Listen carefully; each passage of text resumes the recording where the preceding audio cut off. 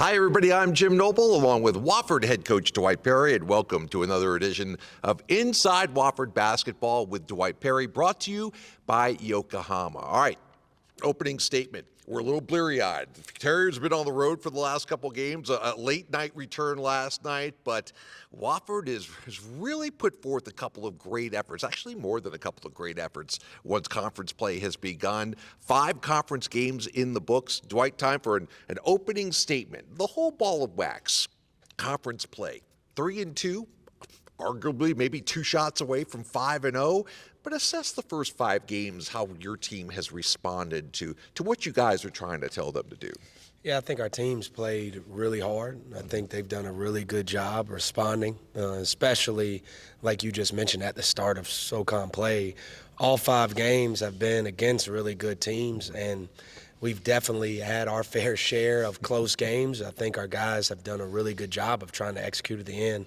Like you mentioned, the ball bouncing a couple different ways. Our record could be different, but at the end of the day, it is what it is. But I still think our team has played really good basketball, and I also think we have a great quality and brand of basketball ahead left in us. All right, we're going to take you on a wild ride when we come back. First 5 conference games, we'll look at those. We'll also look ahead at what Wofford has coming up this week as the Terriers return home for a couple, and what the rest of the Southern Conference has looked like. It is going to be nuts between here and Asheville. It is all ahead here on Inside Wofford Basketball. It doesn't matter if you're 8 years old or 80 years old, your body is your strongest tool. Spartanburg Regional Sports Medicine Institute is here to push you to the next level. With 2 convenient locations, our doctors can diagnose, treat, and heal at our North Grove Medical Park and Star Center offices to get you back in the gym, in the game, and to the next level. We never quit because you never quit. For more information, call 560-BONE. Welcome back. It all began New Year's Day, a high noon shootout with a very good UNCG team coming to town. You know, you and Mike Jones know each other very well. There's not a lot of secrets between these 2 teams. It was very competitive, Dwight. You guys took a lead. They roared back, and I think it's a game that kind of set the tone for the SoCon season. Nip and tuck, 1-possession game. I know you guys did a lot of good things, but you did end up dropping a 2-point decision. What were your thoughts coming out of UNCG? The first conference test, especially for your players that haven't been through that, is always a little bit of a wake-up call.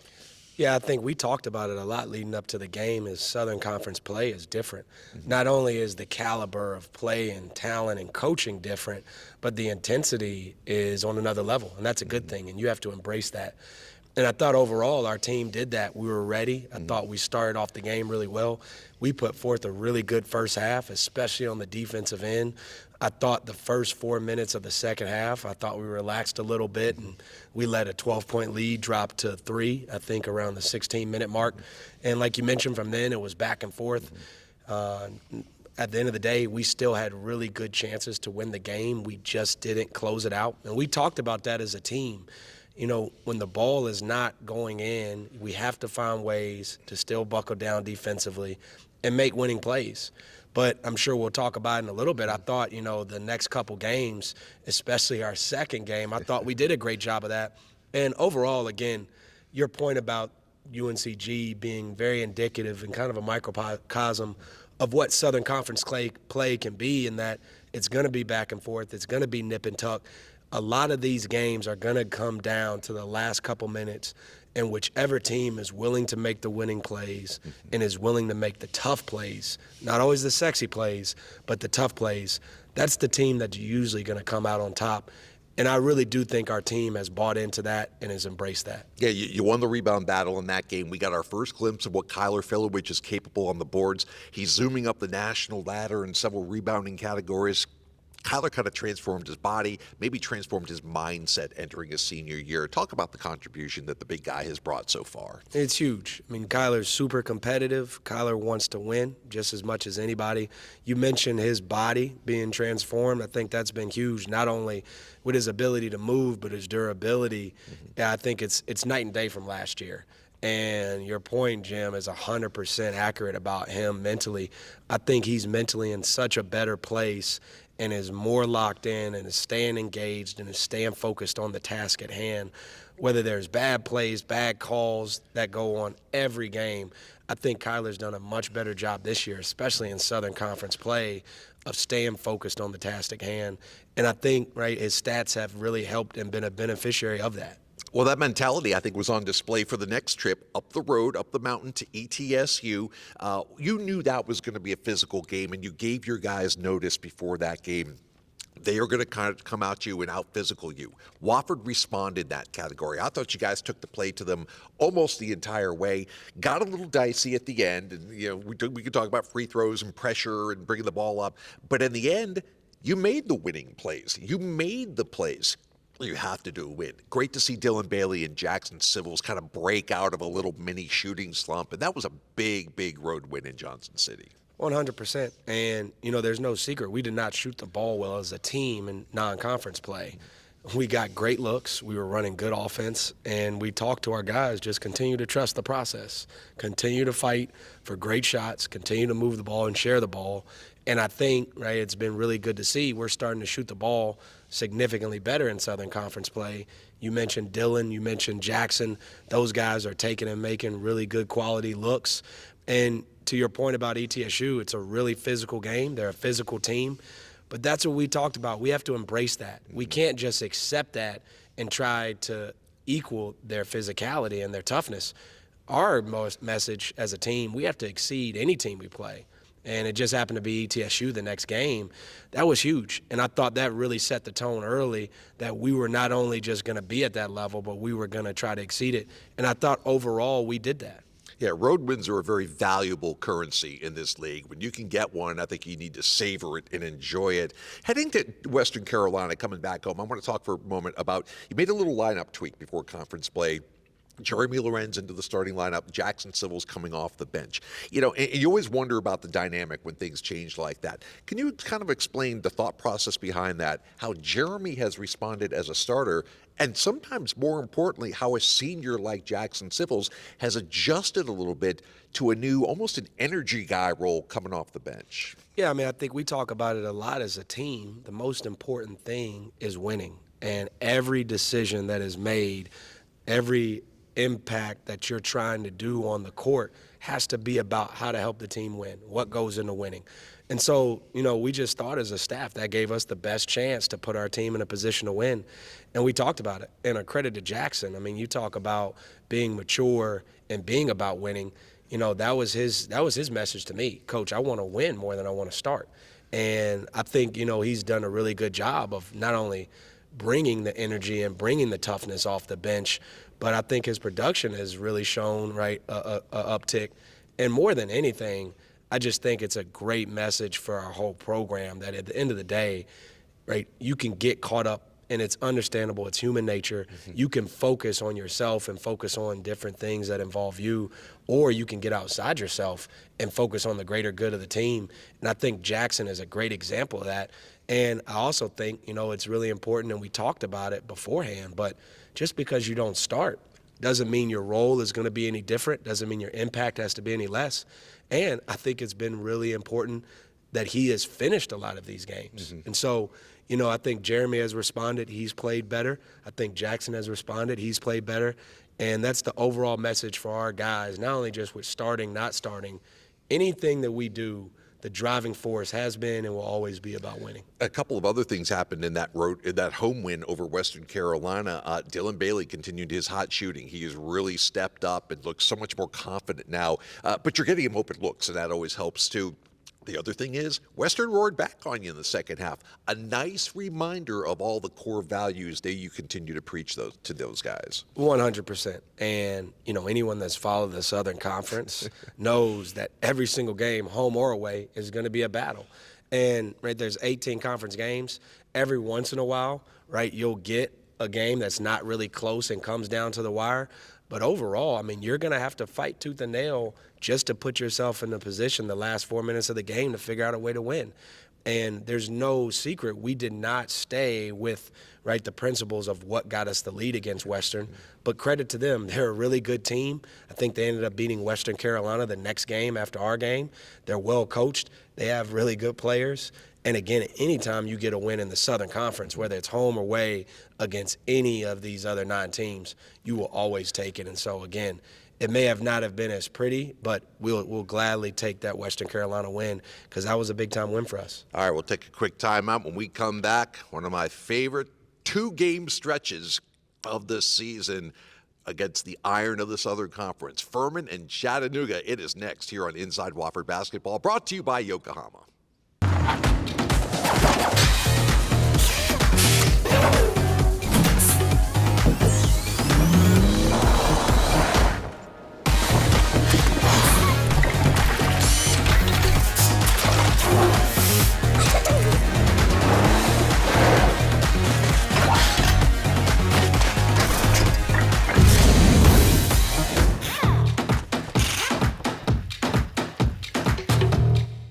And welcome back to Inside Wofford Basketball with head coach Dwight Perry. I'm Jim Noble. It's always big when Wofford plays Furman. It's always the rivalry game. The students get into it. Their students make T-shirts. Our students get mad. It's just, you play at the well. It's a place where Wofford had never beaten Furman before. You've seen both sides of this rivalry. I mean, your players did not have any trouble getting up for that game. The reschedule game may have been a bigger factor with your schedule change and something like that. But how good did you feel before the game, the mindset heading into the Monday night against Furman? I felt really good. I mean, whether we were going to play Saturday at noon or Monday at 7, our objective was the same. We were going to come out there and we were going to be like we do and like we try to do every game of being the harder playing team, the tougher team, and the more together team. And no matter where you play, home or away, whether it's Saturday, Monday, Wednesday, the objective has to be the same. And so, yeah, I mean, you know, the rivalry games are always big. I think it's great for the fan bases. I think it's great for each communities. For us, we just try to stay focused on the task at hand. And whether there's disrespect, whether there's, you know, things are, you know, said and done that probably, you know, I really wouldn't be, you know, too fired up about, right? You focus on what you can control and control that. And I thought our team did a really good job of that. I know we haven't won at the well before, but I think 2 of the last 3 times we've played, the games have come down to the last possession. And so, again, it just goes back to what we were talking about earlier. All of these conference games are going to come down to the last 4 minutes. And if you can be locked in and make the tough and winning plays, you give yourself a chance. Now, the great thing is I thought we did a really good job of sustaining a 40-minute game plan on both ends of the floor. And so it didn't come down to the last 4 minutes necessarily.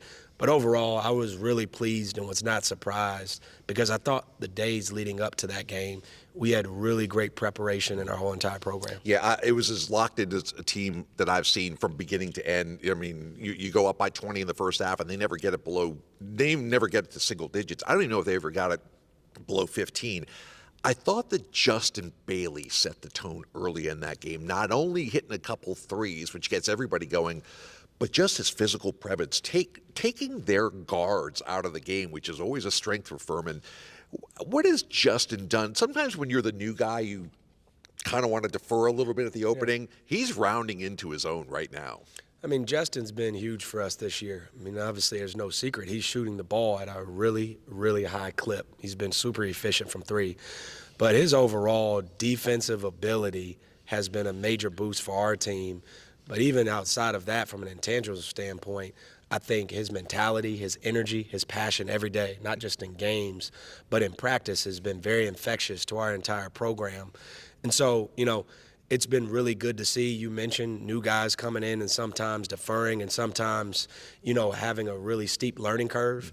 He hasn't been perfect by any stretch of the imagination, but one of the things that makes him a really special player and person is he just cares about winning.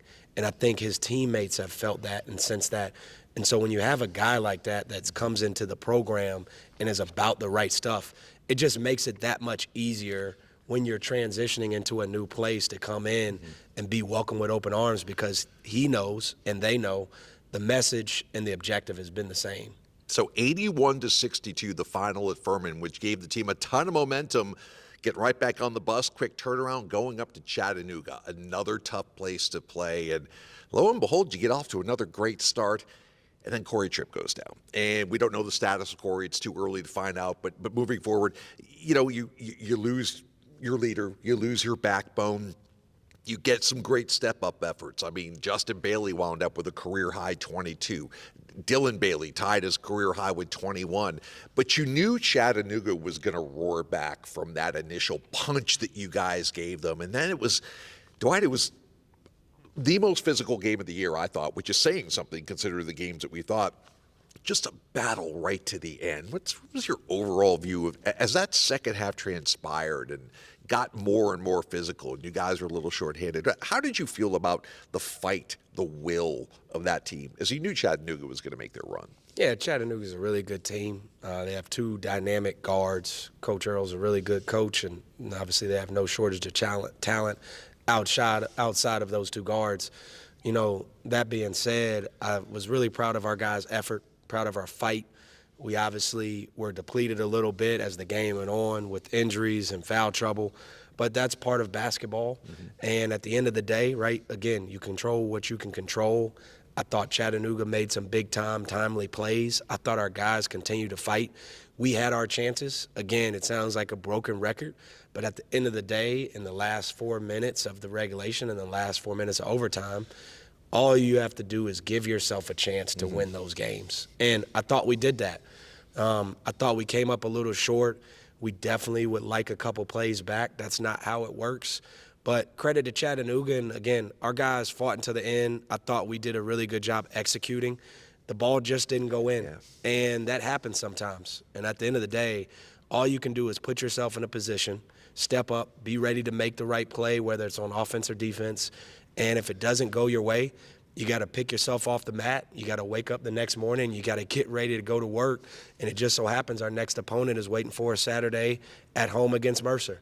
And again, whether you do a really good job and win and you're on a high, it's all about recentering and getting back to being in a great place mentally and physically and emotionally to win your next game. And if you come up on the wrong side of that and you lose, then again, it's all about getting back, recentering, and getting your mind and your body into a place where mentally, physically, and emotionally, you're in a really good place. And so, again, you can't be so results-oriented. Everyone wants to win. Sure. And, again, if you don't have a locker room full of guys that are hurt and disappointed after losing at Chattanooga, you got the wrong group of guys. And I know we have the right group of guys. So we got up this morning, and now our attention is on Mercer, who's really good, playing well. But if we put our best foot forward, we feel like we have a really good chance to have a really good game, and we got to do that.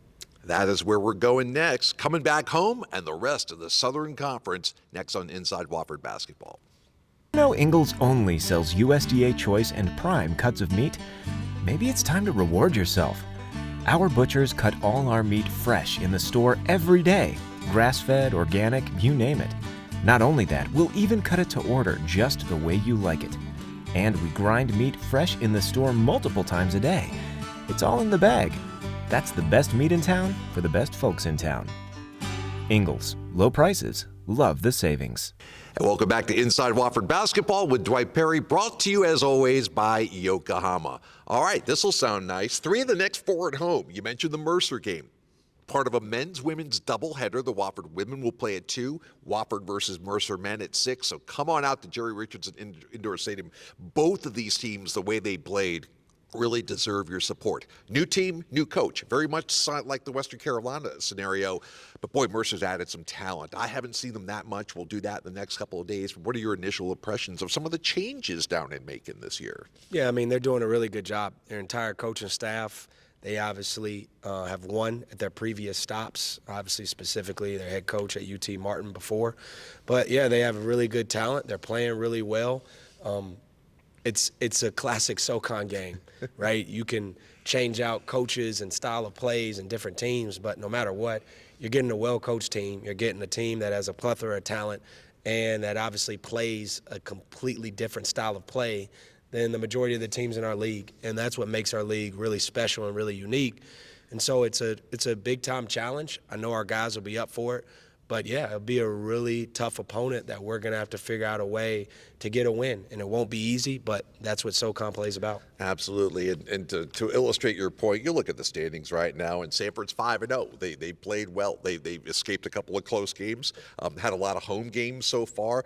And then you've got UNCG at 4-1, and then 4 teams, including Wofford, at 3-2. It reinforces all your points about how competitive the league is. Has anything surprised you so far league-wide? No, not really. I mean, when you look at, I think, going into Wednesday's slate of games, so prior to Wednesday, I think the home team was 10-10. And so, right, again, is it as surprising as most people would think? No, when you know about the league and you know, again, about the talent and the coaching. But having said that, the fact that, you know, the home teams, it's basically a wash going into these games and it's a coin flip, I think whether it's surprising or not speaks again to the depth, the talent, and the coaching of this league, that obviously when you lose coaches, you lose players every single year. You can rinse and repeat the caliber of overall talent each of these programs have. Yeah, the week after that, we'll have a couple more home games. We'll have a trip to Sanford. We'll get a good look at the Bulldogs, and buckle in, folks. It's been a wild ride so far, and it will continue to be one. So, Dwight, great job so far. Love the fight, love the passion, love the mindset of this team right now. We'll see you on Saturday, and we'll see you in a couple of weeks for another edition. Looking forward to it. Thank you. All right, for Coach Dwight Perry and our entire behind-the-camera crew, I'm Jim Noble saying we will see you next time here on Inside Wofford Basketball.